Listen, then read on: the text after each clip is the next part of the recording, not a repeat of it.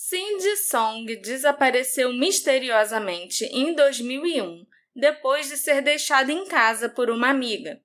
Apesar das investigações, nenhuma pista ou evidência foi encontrada. É como se a Cindy tivesse evaporado da face da Terra.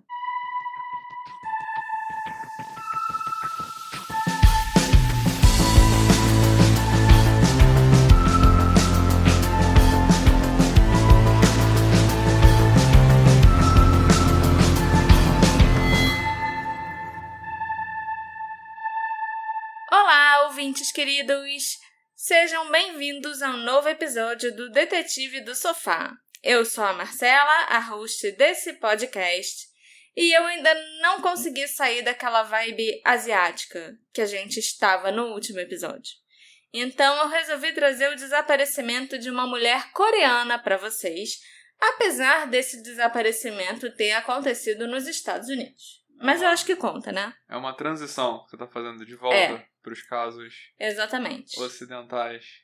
Mas antes, Marcela, eu queria avisar a todos os nossos ouvintes que esse podcast aqui, ele conta com o apoio de pessoas maravilhosas que são os nossos apoiadores. Eles que contribuem tanto para que esse podcast continue existindo, quanto para ouvir o episódio mais cedo. Eles provavelmente já ouviram esse episódio, ou estão ouvindo agora. Beijo para vocês. Mas, se você quiser se tornar um apoiador, ajudar esse podcast, entra lá no Apoia-se, entra lá no Orelo, contribui, dá seus 10 reaisinhos, que vai ajudar bastante. Provavelmente você não vai dar falta e pra gente vai ajudar demais, certo? Certo. E eu acho que, agora sim, falei dos apoiadores, você me fala da Cindy Song. Hyun Jong-song, conhecida pelo nome americano de Cindy Song, nasceu em Seul, na Coreia do Sul, no dia 25 de fevereiro de 80. Ela cresceu ao lado dos pais e de um irmão, se destacando desde jovem pela sua personalidade ativa e inteligente. Embora tenha passado a maior parte da vida na Coreia, a Cindy sempre nutriu uma forte fascinação pela cultura americana e pelos Estados Unidos. Aos 15 anos, ela decidiu se mudar para Springfield, na Virgínia, para morar com a sua tia, Young Kim, e concluiu o ensino médio nos Estados Unidos. A Cindy ingressou na Hayfield Secondary School, onde ela permaneceu por aproximadamente 1 ano e meio. Posteriormente, ela se transferiu para Randolph-Macon Academy, onde se formou em 98. A Cindy sempre se destacou na escola, obtendo excelentes notas, além de ser uma atleta talentosa praticando tênis e corrida. Ela também tinha uma paixão pelas artes, incluindo cinema, música, fotografia e dança. Segundo a sua tia, Young Kim, a Cindy era muito querida no ensino médio, facilmente fazendo novas amizades. E ela se sentia completamente à vontade no novo país. Além disso, a Cindy mantinha um blog, onde ela compartilhava suas reflexões sobre obras do Van Gogh, sobre as músicas mais recentes do Lenny Kravitz e sobre o filme que ela mais gostava na época, Matrix. Bons tempos. A Cindy também costumava escrever poesias e publicá-las nesse espaço. Após a formatura no ensino médio em 98, a Cindy se matriculou na Penn State University, em State College, na Pensilvânia. Lá, ela começou a estudar artes integrativas, um curso que combinava ciências, engenharia e comunicação. A Cindy tinha grandes aspirações de se tornar uma designer gráfica ou designer de moda de sucesso e acreditava que esse curso seria o caminho ideal para alcançar os seus objetivos. Na Penn State, a Cindy continuou a se destacar. Suas notas permaneceram sólidas ao longo de toda a sua trajetória universitária e ela se adaptou rapidamente à vida no campus. A Cindy se envolveu ativamente em diversas organizações, como a Associação Coreana de Estudantes de Graduação, a Cruz Vermelha Americana e o Clube de Publicidade, o que a ajudou a fazer muitos amigos, especialmente dentro da comunidade coreana da universidade. Rapidamente, a Cindy se tornou conhecida pelo seu sorriso amigável e sua atitude energética, mesmo em momentos difíceis. Ela também ganhou reconhecimento pela sua capacidade de trabalhar com dedicação, tanto dentro quanto fora da sala de aula. Quando não estava estudando, a Cindy trabalhava em 2 lugares diferentes. Às sextas e sábados, ela era garçonete no Seoul Garden Restaurant. E às quartas e quintas, ela trabalhava na Biblioteca Pollock, que na época era conhecida como o Laboratório de Informática de Graduação, no campus da Penn State. Seus turnos no laboratório iam de meia-noite até às 8 da manhã, e o espaço funcionava principalmente para emprestar notebooks aos alunos, já que naquela época não era tão comum que todos tivessem o próprio computador. Apesar da natureza desafiadora do curso que escolheu e da dificuldade de equilibrar os estudos com 2 empregos, a Cindy se manteve disciplinada e focada no seu objetivo de se formar. De acordo com os amigos, a Cindy era extrovertida, atraente e otimista, com uma personalidade que cativava pessoas de diferentes tipos. Não demorou muito para que ela estivesse cercada por amigos próximos. Um deles, o Richard Che, se tornou particularmente especial para Cindy, e logo os 2 se apaixonaram. O casal se mudou para um apartamento fora do campus, em State College, para viver juntos. Mas, infelizmente, o relacionamento não durou.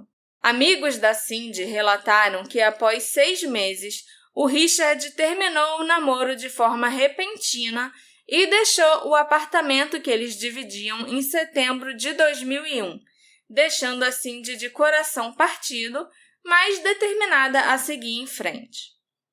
Logo após o término do relacionamento, a Cindy encontrou uma nova colega de quarto para dividir o apartamento.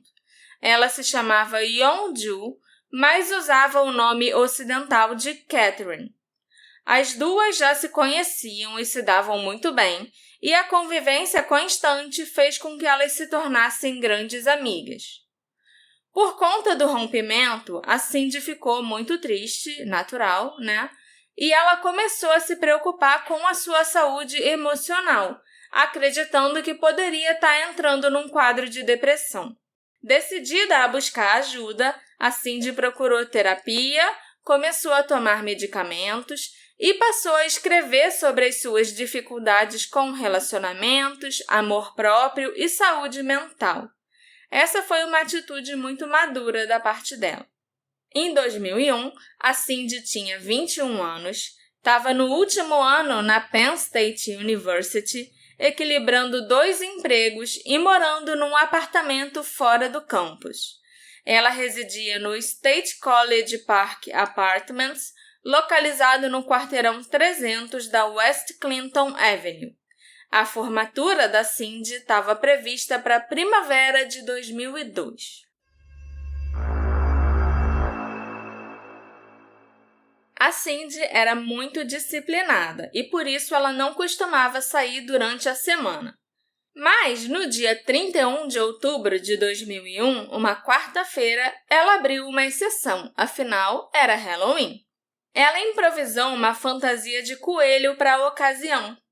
Ela usou uma blusa rosa de manguinha com o logo da Playboy, o famoso coelhinho, um short saia de jogar tênis, onde ela colocou uma bola de algodão para simular o rabinho do coelho, e completou o look com um arco de orelhinha de coelho.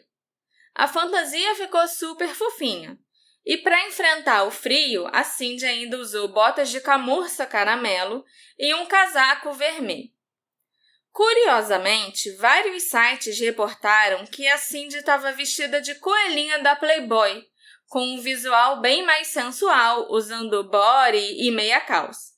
Mas, na verdade, a fantasia dela era bem mais simples e casual, com alguns acessórios fofos.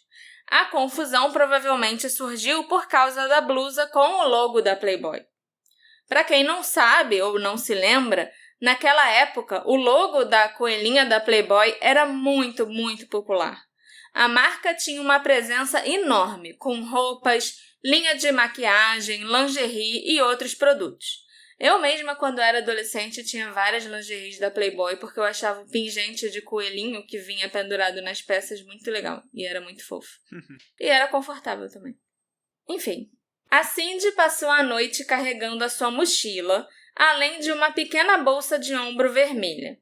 Dentro da bolsa estavam a sua carteira, que continha a carteirinha da universidade, o cartão do banco, cartões de crédito, a carteira de motorista e provavelmente algum dinheiro, além das chaves do apartamento. A bolsa era tão pequena que não conseguia comportar o celular da Cindy, que naquela época era um tijolinho. Então, o celular estava guardado na mochila. Na noite de Halloween de 2001, a Cindy e duas amigas, a Lisa Kim e a Stacy Pike, foram a um bar chamado Players Night Club, localizado na West College Avenue. Esse bar era muito popular entre os estudantes universitários e naquela noite estava promovendo uma festa de Halloween. A Cindy interagiu com vários rapazes ao longo da noite, incluindo um par de gêmeos com quem ela pareceu se dar muito bem. Ela e as amigas se divertiram, dançaram e beberam até às 2 da manhã, quando o bar fechou. As 3 amigas então saíram do bar, dirigiram um pouco pelo centro da cidade e em seguida foram para o apartamento da Lisa jogar videogame. Às 4 da manhã do dia 1º de novembro, a Cindy, já levemente embriagada, foi deixada na frente do prédio onde morava pela Stacy, que observou a amiga subir a escadinha do prédio e mexer na bolsa para pegar as chaves. Depois disso, a Stacy foi embora para casa e essa foi a última vez que a Cindy foi vista. A Catherine, a colega de quarto da Cindy, não estava em casa naquela noite. Ela tinha viajado para Filadélfia para visitar a família. A Catherine retornou na tarde do dia 1º de novembro e, ao chegar em casa, não encontrou a Cindy. A porta estava trancada e, à primeira vista, tudo parecia normal. Mas a Catherine estranhou o fato da Cindy não estar em casa, porque as duas tinham combinado de se encontrar para colocar o papo em dia antes da Catherine sair com alguns amigos naquela noite. Inicialmente, a Catherine não se preocupou muito com a ausência da Cindy. Ela pensou que a amiga poderia estar trabalhando, estudando ou até mesmo podia só ter saído. A Catherine acreditava que a Cindy voltaria em breve. Depois de uma noite de festa, também não foi uma surpresa que a Cindy não tenha comparecido às aulas no dia 1º de novembro. Ela foi deixada em casa às 4 da manhã, né? Mas foi incomum que ela também faltasse às aulas na sexta-feira, dia 2 de novembro, que não é feriado nos Estados Unidos. Além disso, a Cindy não apareceu no trabalho na biblioteca na quinta-feira e nem no restaurante na sexta nem no sábado. Isso começou a parecer muito estranho para todos que a conheciam. O mais preocupante foi que ninguém conseguia entrar em contato com ela. Em casa, a Cindy não tinha aparecido e, ao tentar ligar para o celular dela, estava desligado. Os amigos da Cindy não acreditavam que ela teria ido para a Virgínia visitar a tia sem avisar, muito menos para a Coreia para visitar a família de surpresa. Então, 3 dias depois de deixar a Cindy na porta do prédio, a Stacy procurou a polícia para relatar o desaparecimento da amiga, e a Catherine a acompanhou. O problema é que era fim de semana, era um domingo de manhã, quando a Stacy e a Catherine foram na delegacia. No plantão estavam apenas alguns policiais de patrulha. Eles escreveram um relatório sobre o desaparecimento, mas não tomaram nenhuma outra providência naquele momento. Foi só na segunda-feira, quando o investigador-chefe Brian Sprinkle chegou para trabalhar, que esse relatório foi passado para ele. Quando a polícia revistou o apartamento da Cindy na segunda-feira, tudo parecia normal. Não havia sinais de luta ou arrombamento e a mochila dela estava no quarto embaixo da cama. O celular estava dentro da mochila, desligado. Os cílios postiços que a Cindy havia usado na noite de Halloween estavam no balcão do banheiro da suíte dela.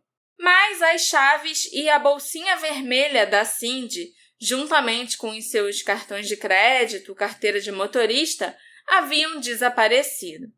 Apesar disso, quase todos os seus outros pertences pessoais estavam no apartamento.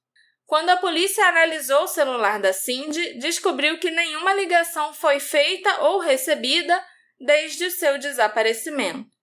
Os seus cartões de crédito também não foram usados e não havia nada de suspeito em seu e-mail. Esses detalhes indicaram que a Cindy realmente havia entrado no apartamento depois de ser deixada na frente do prédio pela Stacy. E como a porta do apartamento estava trancada quando a Catherine chegou, parecia que a Cindy havia saído voluntariamente e trancado a porta ao sair. Acredita-se que ela entrou no apartamento e saiu logo em seguida. Mas por que ela sairia às 4 da manhã? Os amigos da Cindy na Penn State lembraram que ela frequentemente tinha horários estranhos devido aos turnos de trabalho noturnos na biblioteca. Não era incomum a Cindy sair tarde da noite para correr até uma loja 24 horas para pegar algo que ela precisava. Às vezes era um lanche, às vezes uma bebida e outras vezes era algo essencial para o apartamento, tipo papel toalha. Havia 2 mercados 24 horas a uma curta distância do apartamento da Cindy, o Giant Food Store e o Walmart. Além disso, existia uma loja de conveniências chamada Snappies, também funcionando 24 horas, que ficava a apenas 1 quarteirão do apartamento dela. Embora saibamos que a Cindy realmente entrou em seu apartamento, porque ela deixou a mochila e tirou os cílios postiços, nós também sabemos que a bolsa de ombro com a carteira e as chaves não foi deixada no apartamento e nunca foi encontrada. É muito provável que a Cindy tenha retirado as chaves da pequena bolsa, destrancado o apartamento, colocado as chaves de volta dentro da bolsa que ainda devia estar sobre o ombro dela, entrou no apartamento, colocou a mochila com o celular no quarto e então tirou os cílios postiços e os colocou na bancada do banheiro. Qualquer mulher que já tenha usado cílios postiços sabe o quanto eles podem ser incômodos, especialmente depois de você passar uma noite inteira usando eles. Tirar os cílios também seriam a primeira coisa que eu faria ao chegar em casa, então eu não estranho que a Cindy tenha ido direto para o banheiro tirar os cílios. Eu não sabia que era tão incômodo. É horrível. Eu usei pela primeira vez no nosso casamento. E foi a primeira coisa que eu fiz quando eu cheguei em casa, foi ir no banheiro e tirar os cílios postiços. É muito esquisito. E depois eu usei no casamento da minha irmã e também saí correndo para tirar assim que cheguei no hotel, sabe? Uhum. Eu achei bem ruim. Talvez, né? Se a pessoa estiver mais acostumada a usar o cílio direto e tal, seja menos pior. Mas eu detestei. É lindo, mas é muito desconfortável. Nesse ponto, a Cindy ainda tinha a bolsa de ombro sobre o corpo. Então é bastante provável que ela tenha só decidido correr até a loja de conveniência Snappies, que ficava a apenas 1 quarteirão do apartamento, na North Atherton Street. Todos os amigos da Cindy disseram que ela costumava ir na loja Snappies o tempo todo, e muitos deles, que já tinham passado a noite no apartamento da Cindy, contaram à polícia e à família dela que fizeram aquela caminhada do apartamento até as Snappies inúmeras vezes, especialmente depois de chegarem em casa da balada. E, sinceramente, eu acho que eu não preciso explicar para ninguém quão faminto você geralmente fica à tarde da noite quando chega de uma festa ou alguma coisa assim. Ou nas primeiras horas da manhã, depois de você ter passado a noite toda festejando e bebendo.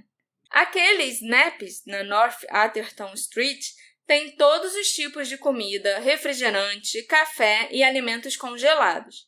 Além disso, é a loja 24 horas mais perto do apartamento onde a Cindy morava. Como a Cindy não tirou a bolsa do ombro, que continha as chaves e a carteira com todas as suas fontes de dinheiro, Isso pinta um cenário bem lógico. Ela entrou no apartamento, talvez ainda um pouco bêbada, e ela estava com fome ou sede. Às vezes não tinha nada para comer em casa, assim, rapidinho. Ela então deixou a mochila com o celular porque ela não ia precisar da mochila ou do celular só para ir até na loja 24 horas. Mas ela manteve a bolsa de ombro com as coisas dela e decidiu dar um pulo no Snaps, que ficava só a um quarteirão de distância. A Cindy trancou a porta do apartamento, colocou as chaves de volta na bolsa e então desceu a Blue Course Drive em direção à esquina da North Atherton Street, onde ela se viraria e caminharia meio quarteirão até a Snaps.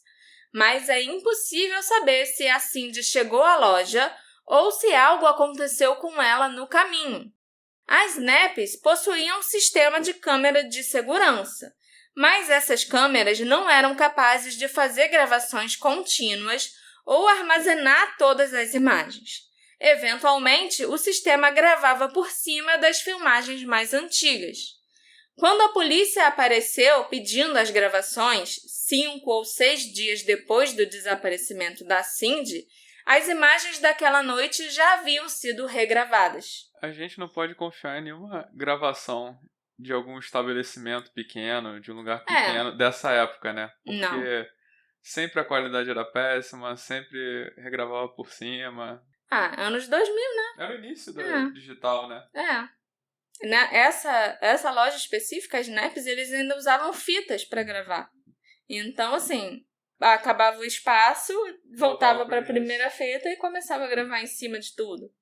Os balconistas que estavam trabalhando na noite de Halloween também não se lembravam de terem visto a Cindy.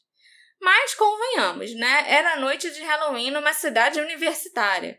Os balconistas da loja 24 horas provavelmente viram coisas muito incomuns. Muito mais incomuns até do que uma garota asiática com orelha de coelho. E se a Cindy tivesse de fato entrado na loja, ela teria se misturado com todos os outros festeiros noturnos ainda fantasiados. Sem contar que ela também poderia ter tirado as orelhas de coelho e colocado no bolso do casaco, o que faria com que ela chamasse ainda menos atenção. Também tem um relato que eu encontrei em um artigo que foi escrito na época que dizia que as orelhas de coelho estavam na mochila da Cindy. Isso foi algo que a polícia nunca confirmou. Então, e eu só encontrei nesse um artigo, sabe? Mas é possível que ela não tivesse mais usando a fantasia. Pelo menos a orelhinha.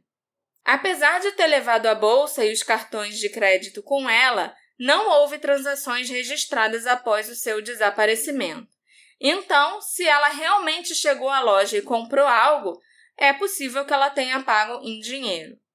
Os investigadores verificaram os registros telefônicos e confirmaram que nenhuma ligação foi feita ou recebida. Eles também revisaram os e-mails e não encontraram nenhuma atividade suspeita. A mãe da Cindy, a Ban Sun Song, e o irmão dela, Ki Ho Song, viajaram da Coreia do Sul para os Estados Unidos após o desaparecimento. Infelizmente, quando chegaram, logo após a polícia realizar a primeira busca no apartamento da Cindy, a família acabou limpando o apartamento, inadvertidamente destruindo qualquer evidência física que ainda pudesse estar lá. Apesar de eu achar que não devia ter evidência nenhuma, porque ela sumiu fora do apartamento. As autoridades inicialmente acreditaram que a Cindy poderia ter desaparecido por vontade própria. Várias semanas antes do desaparecimento, o namorado Richard Chae havia se mudado do apartamento e terminado o relacionamento. Os amigos da Cindy afirmam que ela ficou deprimida por alguns dias, mas já havia superado o término e estava de ótimo humor na festa de Halloween. Mas a família da Cindy não estava tão certa assim. Após o término, a Cindy parecia um pouco retraída ao falar com os membros da família na Coreia e até parecia distante ao visitar a tia na Virgínia. A mãe da Cindy acreditava que ela poderia estar deprimida e que talvez tivesse decidido fugir ou algo pior. O ponto é que a cultura coreana é muito mais rígida, especialmente em relação a relacionamentos amorosos. Eu não sei qual foi a reação da família da Cindy quando ela decidiu morar com um namorado, por exemplo. Ela desafiou as convenções ao tomar essa decisão. Então, para mim, é natural que 6 meses depois, quando o relacionamento deu errado, a Cindy tenha ficado mais reservada, mais na dela ao falar com os familiares. Talvez a família tenha interpretado isso como uma depressão ou tristeza mais prolongada, quando na verdade a Cindy só não queria falar sobre o assunto com eles e já estava superando e seguindo em frente. Os amigos da Cindy, que estavam em contato diário com ela, declararam que ela nunca falou sobre suicídio e que estava bem mental e emocionalmente. Além disso, as coisas estavam melhorando para Cindy nas semanas anteriores ao desaparecimento. Ela tinha acabado de comprar um novo computador e uma impressora, que era uau! Caraca, você falou uma impressora. Uhum. Ninguém vai querer se matar depois da impressora. Ela também tinha ingressos para ver o show da Britney Spears na semana seguinte.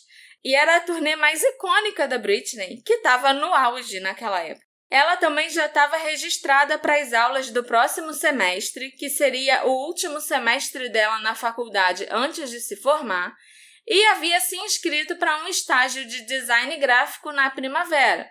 A Cindy parecia contente e animada com o que o futuro reservava para ela. Já fazia pelo menos alguns meses desde que a Cindy e o namorado terminaram, e ela estava indo muito bem nas semanas antes do desaparecimento. A Cindy estava feliz, estava trabalhando e terminando a graduação, estava saindo muito e passando tempo com os amigos e se divertindo. Ela não estava deprimida e estava ansiosa para se formar na Penn State na primavera seguinte, em 2002, cerca de 6 meses após o dia que ela desapareceu. A polícia, então, começou a explorar a possibilidade de que o desaparecimento da Cindy tivesse relacionado ao uso de drogas. O diário pessoal dela parecia indicar que a Cindy e as amigas tinham experimentado maconha e êxtase.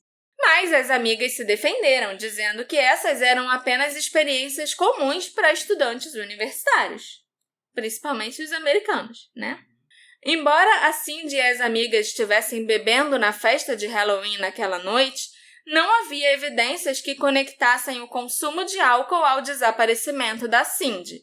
E não há registros que indiquem que qualquer uma delas tenha usado drogas durante a festa.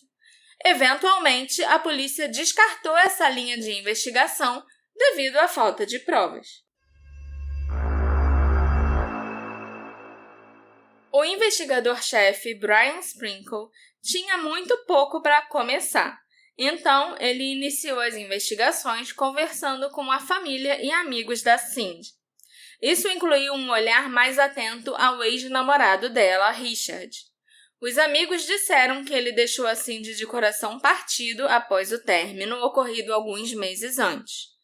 Não havia nenhuma indicação de que o Richard tivesse envolvido de alguma forma no desaparecimento da Cindy. Todos os amigos, colegas de trabalho e indivíduos com quem a Cindy teve contato na noite de Halloween foram interrogados, mas não havia nada que sugerisse que alguém próximo a ela estivesse envolvido no desaparecimento. A equipe de busca e resgate do gabinete do xerife do condado de Center, auxiliada pela equipe de busca e resgate do condado de Elk e pelo corpo de bombeiros, vasculhou o prédio onde a Cindy morava e os arredores, incluindo até lixeiras, caçambas e o esgoto, mas eles não obtiveram resultados. Cães farejadores também foram usados na área sem sucesso. A polícia local e o FBI ainda realizaram buscas aéreas, terrestres e com cães na região montanhosa, arborizada e rural da Pensilvânia Central. Folhetos e pôsteres de pessoa desaparecida descrevendo a Cindy, que media 1,60 e pesava 50 quilos, também foram amplamente distribuídos. Embora os investigadores não tivessem pistas concretas, eles mantinham a esperança. O caso, que inicialmente contou com apenas um investigador, o Brian Sprinkle, passou a ser apoiado pelo Departamento de Polícia de Ferguson Township e a contar com 6 investigadores em tempo integral da Polícia Estadual.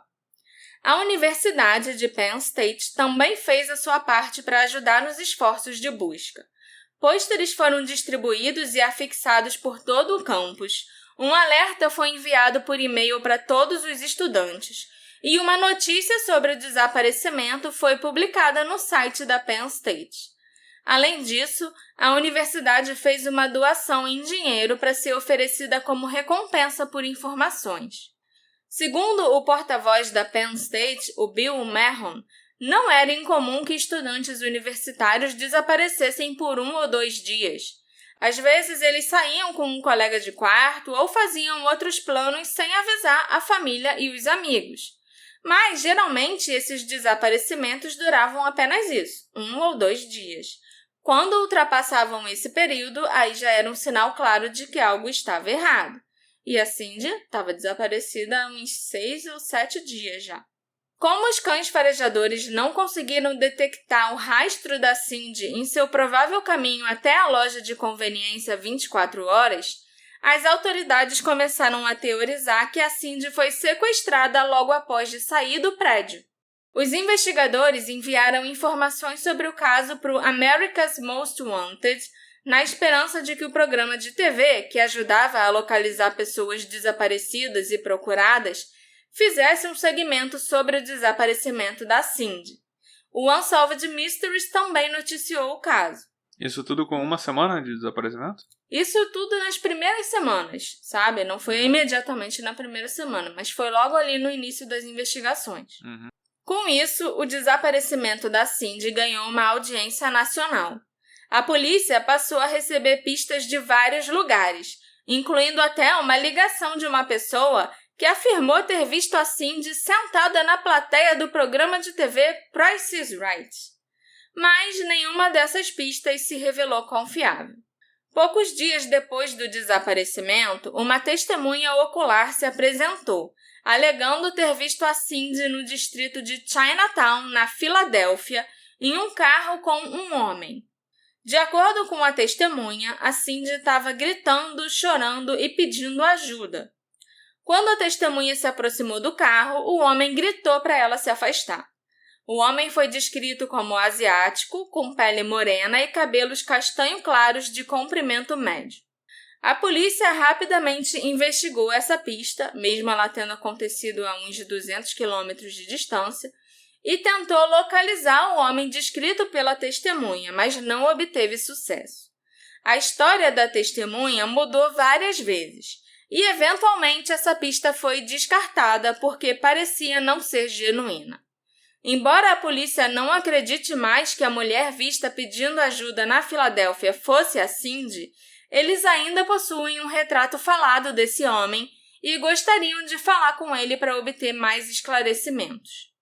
Algum tempo depois, uma mulher que morava a alguns quarteirões da Cindy relatou que em setembro, aproximadamente um mês antes do desaparecimento, um homem se exibiu para ela enquanto ela estava ao lado da janela de casa. Tipo, ela estava, em casa de boa, fazendo alguma coisa perto da janela, e o homem simplesmente mostrou as coisas para ela na frente da janela dela. De acordo com a mulher, o homem tinha pele pálida, uma constituição magra e atlética, cabelo louro arenoso, além de bigode e cavanhaque. O detetive Brian Sprinkle, mais tarde, compartilhou o relato com os repórteres e fez a seguinte declaração. Se ele estava tendo esse tipo de comportamento em frente à janela de uma mulher, talvez estivesse fazendo o mesmo com outras pessoas na área. Possivelmente, o comportamento dele tenha escalado para algo mais grave. Mais tarde, em novembro de 2001, a polícia de Ferguson Township investigou uma denúncia fornecida por um segurança em State College.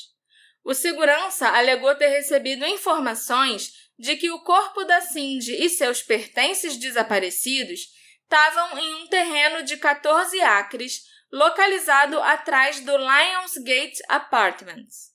A área, de fato, era um depósito de lixo. Durante a busca, a polícia encontrou uma variedade de itens usados e descartados, mas nenhum parecia pertencer a Cindy.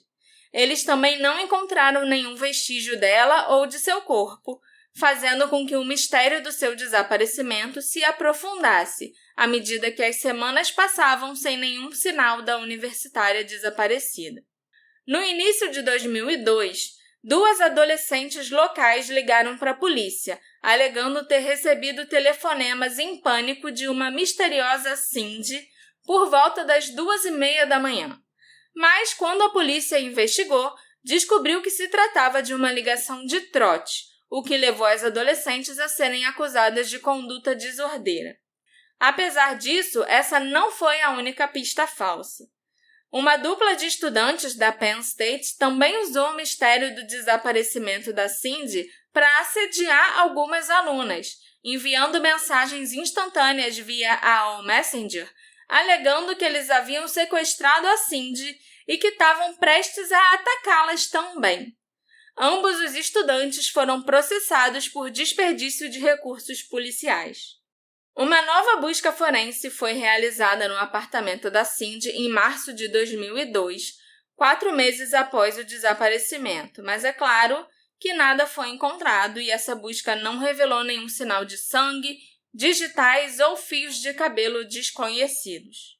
Durante todo o verão, a polícia continuou a busca com o auxílio de recursos da Polícia Estadual e até mesmo consultou uma médium, que estava localizada do outro lado do país. Carla Barron, uma consultora psíquica da Califórnia, foi contratada para ajudar na investigação com o apoio da Sociedade de Pesquisa Paranormal de Penn State. A Carla era uma criadora de perfis psíquicos reconhecida nacionalmente. A polícia estava claramente desesperada por pistas, né? Obviamente não deu em nada. Não. Além disso, a Carla ainda trouxe com ela uma equipe de filmagem para o programa da True TV chamado Psychic Detectives, que documentava como médiums poderiam ajudar a polícia a resolver casos difíceis. Durante a consulta, a Carla descreveu sua visão sobre o que ela acreditava ter acontecido com a Cindy. A Carla disse o seguinte: "Quando esse caso apareceu para mim, eu vi 3 ou 4 homens com a Cindy. Eu sabia que ela tinha sido sequestrada e que a situação era de natureza sexual. Eu vi ela sendo levada para dentro de um veículo. Não demorou muito para ela atravessar para o outro lado." Quem levou não sabe dizer. Que carro? Não. Pra onde levou? Não. Número da loteria? Não. Nada. A Carla forneceu várias outras informações durante a sua visita, mas infelizmente, de acordo com o detetive Sprinkle, essas informações não se transformaram em pistas confiáveis. Embora as percepções da Carla não tenham levado a um avanço substancial na investigação, a sua participação pelo menos ajudou a manter o caso em evidência por mais tempo. Todo mundo estava curioso para assistir Psychic Detectives. E isso trouxe atenção pública para o desaparecimento da Cindy. Quando o primeiro aniversário do desaparecimento chegou, em 31 de outubro de 2002, a polícia renovou os seus esforços e pediu para que qualquer pessoa com informações entrasse em contato. Em particular, eles pediram para que a população estivesse atenta a comportamentos suspeitos, como mudanças repentinas na personalidade de alguém, distúrbios no sono, mudanças abruptas de emprego, aumento ou diminuição no uso de drogas ou álcool, alterações significativas no peso ou comportamentos mais retraídos. A polícia também se interessava especialmente por qualquer pessoa que parecesse mostrar interesse excessivo no caso da Cindy ou que estivesse prestando atenção demais nas notícias sobre o seu desaparecimento. O caso gerou muitas críticas, especialmente de alguns grupos no campus da universidade. O Black Caucus e a Associação Coreana de Estudantes de Graduação se manifestaram sobre a forma como o caso foi tratado, destacando a falta de progresso real e expressando a opinião de que a universidade deveria ser responsabilizada por garantir a localização de alunos desaparecidos. Mas é importante a gente considerar 2 pontos principais. Primeiro, que não havia uma cena de crime corpo ou qualquer evidência concreta para que a polícia pudesse investigar inicialmente, e isso dificultou bastante as investigações. E segundo, a universidade não estava negligenciando o problema. Na verdade, ela até desempenhou um papel importante para manter o caso em destaque na mídia e ofereceu à mãe da Cindy um apartamento no campus, além de acesso gratuito à internet enquanto ela procurava pela filha. Adicionalmente, vale ressaltar que o desaparecimento da Cindy não aconteceu dentro do campus universitário, e sim nas proximidades do apartamento onde ela morava, que era fora do campus, o que torna injusto responsabilizar a instituição por um evento fora de seu controle. Acho que se ela tivesse desaparecido na universidade seria diferente, né? Indo de uma aula para outra. Pois é. Ou numa festa dentro do campus. Uhum. Nas semanas seguintes ao desaparecimento da Cindy, houve uma grande preocupação entre os colegas, especialmente entre os membros do Black Caucus, um grupo particularmente sensível à experiência de estudantes de minorias num campus predominantemente branco. Mas, com o tempo, o interesse e a conscientização sobre o caso da Cindy diminuíram, assim como os cartazes que haviam sido espalhados por todo o campus. O Ki-ho Song, o irmão da Cindy, que se mudou para State College temporariamente para acompanhar as investigações, expressou seu descontentamento com a atitude da comunidade e com o andamento da investigação. Ele se queixou ao consulado da Coreia do Sul em Nova York, a várias equipes de notícias de TV da Coreia que estavam cobrindo o desaparecimento e a qualquer outra pessoa disposta a ouvir. A família Song rapidamente formou um grupo de ação com o apoio de estudantes da Penn State e diversos grupos comunitários. Esse grupo se chamava a Coalizão para a Busca por Cindy Song. Em 31 de janeiro, 3 meses após o desaparecimento da Cindy, essa coalizão realizou uma coletiva de imprensa, na qual criticou duramente o Departamento de Polícia de Ferguson Township por não tomar medidas suficientes para resolver o caso.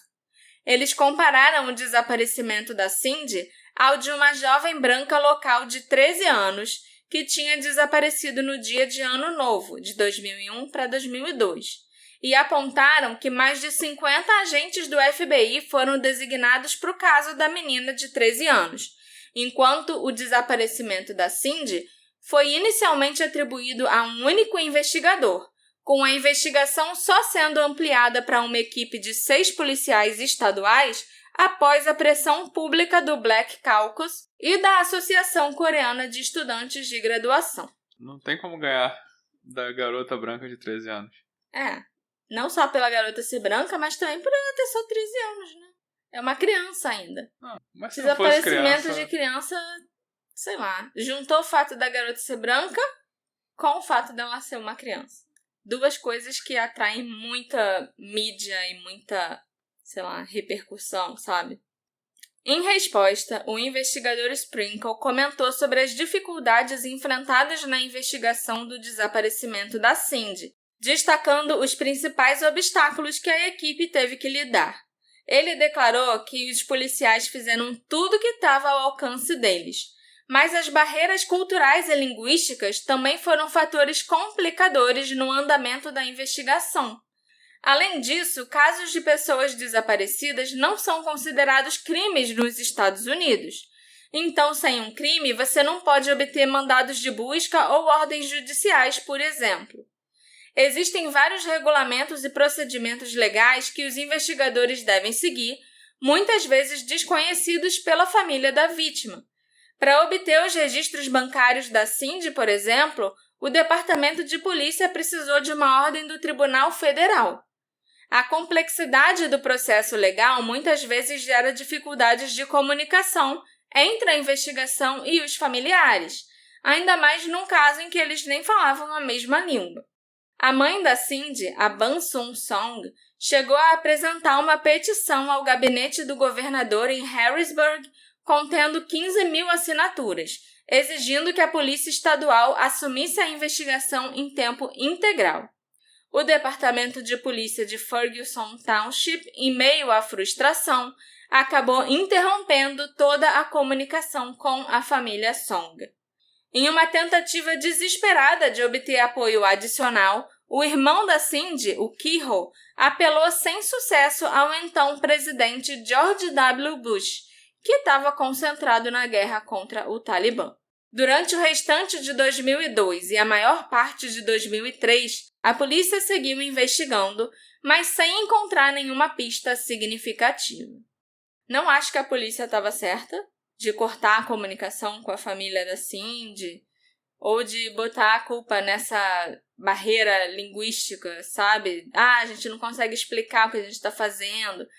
Eles não entendem como funcionam as leis daqui, que não é bagunça, a gente não pode sair, pedindo registro de e-mail, registro de celular.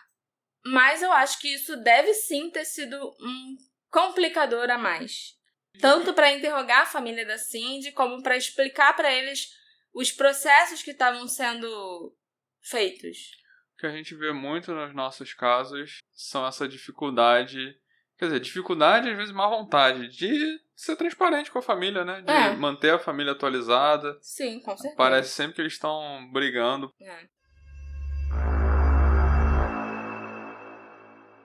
O caso esfriou rapidamente, mas quase 2 anos depois surgiu uma nova pista.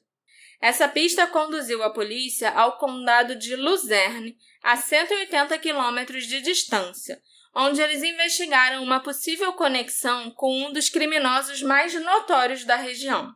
Em junho de 2003, Paul Weekly, um criminoso acusado de roubo, decidiu contar à polícia uma história surpreendente. O Paul alegou que um dos seus associados, chamado Hugo Selensky, e um cúmplice, o Michael Kerkowski, sequestraram uma mulher que eles acreditavam ser uma prostituta de State College enquanto ela estava caminhando pela rua. O Hugo e o Michael teriam levado a mulher para a casa do Hugo em Hunlock Creek, onde a mantiveram em um cofre. Walk-in vaults, né? Aquele cofre que é um cômodo da casa, basicamente. Nos dias seguintes, eles a teriam agredido e fizeram o que queriam com ela, deixando-a para morrer quando terminaram. A mulher em questão correspondia à descrição da Cindy Song. O Paul Weekly também afirmou que a dupla teria confundido a Cindy com uma prostituta devido à fantasia de coelhinha que ela usava. Ele acrescentou que soube dessa história diretamente do Hugo Selensky. Desde maio de 2002, o Michael Kerkowski, o cúmplice do Hugo, havia se tornado um fugitivo procurado após ser condenado por diversos crimes, incluindo a venda de drogas ilícitas e de remédios controlados, em sua farmácia. Ele desapareceu sem deixar rastros junto com a namorada Tammy Fassett. Mas o Paul Weekly esclareceu que o Michael não estava foragido, e sim que o Hugo Selensky havia assassinado o Michael porque ele tinha guardado as orelhas de coelho da Cindy como lembrança. O Paul ainda afirmou que o Hugo era responsável pelos assassinatos de pelo menos 16 pessoas. O Paul Weekly, então, levou a polícia até a propriedade do Hugo Selensky, no condado de Luzerne, onde foram encontrados os restos mortais do Michael Kerkowski e da Tammy Fassett. Caraca. Fragmentos de ossos também foram localizados em uma fogueira, e esses ossos pertenciam a 2 traficantes de drogas locais, chamados Frank James e Adaye Kaler, além de uma terceira vítima que nunca foi identificada.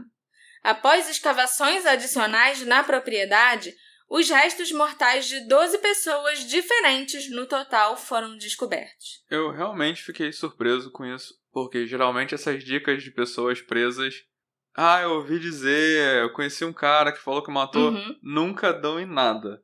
Pois é. E aí eles chegaram e encontraram... Essa revelou um puta serial killer, né?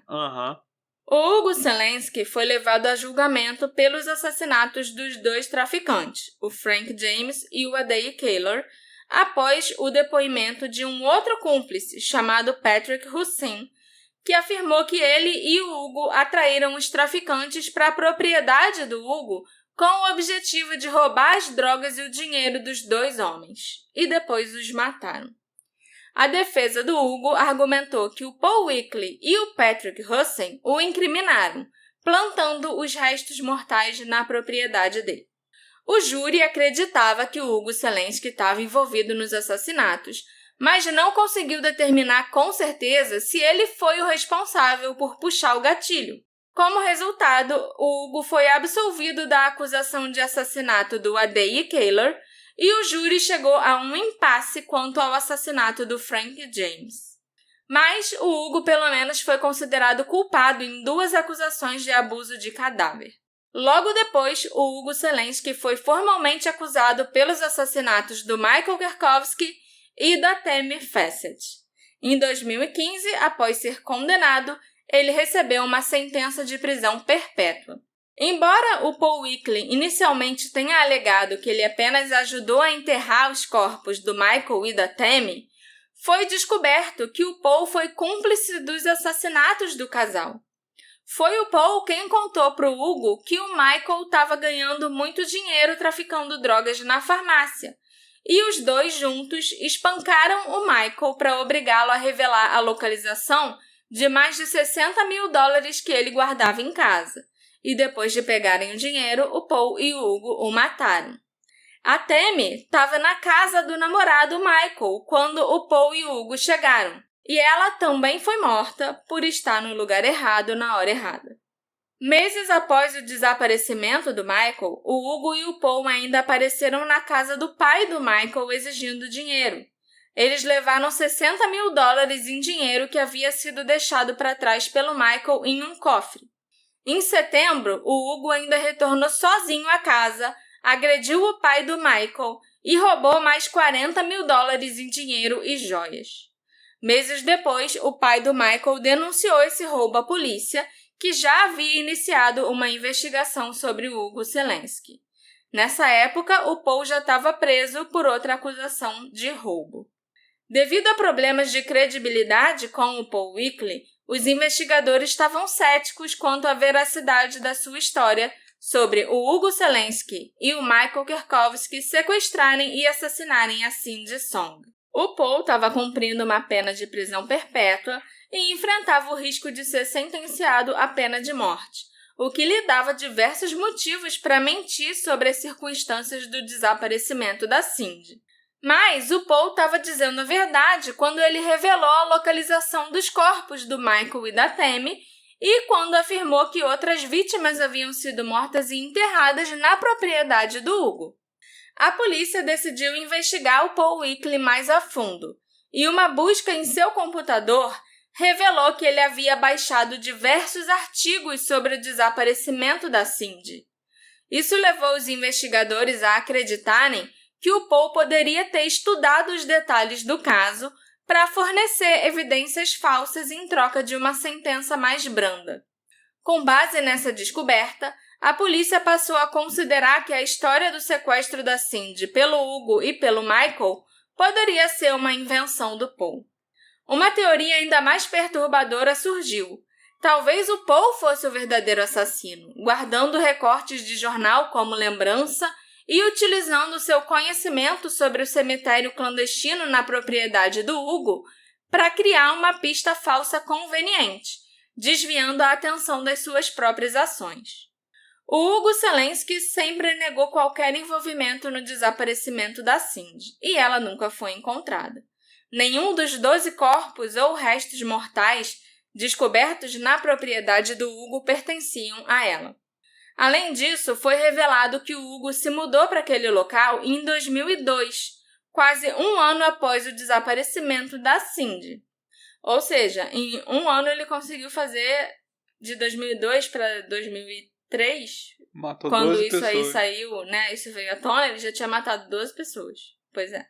Os advogados do Hugo também refutaram qualquer envolvimento dele no desaparecimento da Cindy, apresentando declarações de testemunhas que comprovavam que ele estava a centenas de quilômetros do local onde o sequestro dela teria ocorrido, e o álibi dele parecia irrefutável. Como nenhuma evidência concreta foi encontrada ligando o Paul Weekly ou o Hugo Selenski ao desaparecimento da Cindy, e com o Michael Kerkowski já morto, Essa pista acabou se revelando mais um beco sem saída na investigação. Para mim, o que não fazia muito sentido era o fato do Paul ter alegado inicialmente que o Hugo matou o Michael porque o Michael havia guardado as orelhas de coelho da Cindy como troféu. Eu encontrei o artigo, como eu falei para vocês no início, que relatava que as orelhas de coelho da Cindy foram encontradas na mochila dela, em seu apartamento. Mas eu não encontrei essa informação publicada em nenhum outro lugar, o que levanta a possibilidade de que ela tenha sido falsamente relatada ou que é uma informação que não deveria ter sido divulgada, que a polícia estava guardando para eles. De qualquer forma, com o tempo, a verdade veio à tona e ficou claro que o Paul e o Hugo mataram o Michael por dinheiro. A morte do Michael não tinha nenhuma relação com o desaparecimento da Cindy. Eu também acredito que o Paul inventou a história de que o Hugo e o Michael sequestraram a Cindy porque ela parecia uma prostituta fantasiada de coelhinha, influenciado pelos relatos incorretos de que a fantasia dela era de coelhinha da Playboy. Fantasia sexy, né? A gente sabe que na realidade era apenas uma roupa comum. Mas quando o Paul estava pesquisando o caso, essa informação errada pode ter chamado a atenção dele. Esses são apenas alguns dos motivos pelos quais eu não acredito que o Hugo e seus amigos tenham qualquer envolvimento no desaparecimento da Cindy. A polícia de Ferguson Township foi responsável pela maior parte da investigação do desaparecimento da Cindy Song, sob a liderança do detetive Brian Sprinkle. Ele se aposentou em 2011 e, atualmente, o caso permanece aberto, sendo investigado pelo detetive Jonathan Meyer. Existem 21 pastas com informações sobre a Cindy Song no escritório da polícia de Ferguson Township. É praticamente uma pasta por cada ano que ela viveu. Apesar desse volume grande de informações, ainda não há respostas conclusivas sobre o que aconteceu com a Cindy após ela ser vista pela última vez sendo deixada em seu prédio. Mais de 2 décadas depois, o caso do desaparecimento da Cindy Song continua aberto e sem solução. Uma teoria que ainda permanece proeminente é a de que a Cindy teria ido até a loja de conveniência próxima ao seu apartamento, mas algo aconteceu no caminho e ela foi sequestrada. Mas nenhuma evidência foi encontrada para comprovar essa hipótese. Não há corpo, não há evidência física, não há nenhuma testemunha e nenhum suspeito ativo. A Cindy simplesmente desapareceu sem deixar rastros. O que você acha que aconteceu com ela, Alexandre? Eu não acho que ela sumiu por conta própria, né? Sim, também não. Não acho que faz parte, sei lá, até do pouco que eu sei da cultura e tal. Acho muito difícil isso, largar os parentes e tudo mais. Mas aquilo que eu já falei em vários episódios aqui, quando tem algum elemento de aleatoriedade, fica muito difícil de saber o que aconteceu, sabe? Era um feriado, muita gente doida na rua. Sim. Então, se alguém passou e levou ela, se alguma coisa assim aconteceu, ou até, por que ela saiu de casa? Se era só uma larica? Ou será que era realmente para encontrar alguém? Ou ela combinou de encontrar alguém? É muito difícil a gente ter uma noção quando alguma coisa mega aleatória, quando não tem um namorado, quando não tem um marido, quando não tem alguém na festa que era esquisito, quando não tem alguém na vida dela que depois foi condenado por coisas esquisitas, sabe? Mas fica aí minha... Eu não sei o que aconteceu com ela. Acho que acho que é por isso que a gente tá fazendo um episódio. Esse episódio foi feito graças à colaboração da nossa querida apoiadora Isabela Fachin. Muito obrigada pelo seu apoio, Isabela. Eu espero que você tenha gostado desse caso mega aleatório, onde nem eu consigo ter teorias para o que aconteceu com a Cindy. Se você também quiser se tornar um apoiador e ganhar um agradecimento especial aqui no final de algum episódio, faça igual a Isabela Fachin. E vai lá no Orelo ou no Apoia-se e apoia o Detetive do Sofá. É isso aí. Né? É basicamente. Bom. Por favor. Por favor, vocês não têm ideia do quanto o apoio de vocês é importante. Todas as pessoas próximas a Cindy na época do seu desaparecimento foram descartadas como suspeitos. Nenhum dos seus amigos acredita que ela teria tirado a própria vida ou fugido. Então, o que realmente aconteceu com a Cindy Song? Um sequestro aleatório enquanto ela ia acabar com a Larica?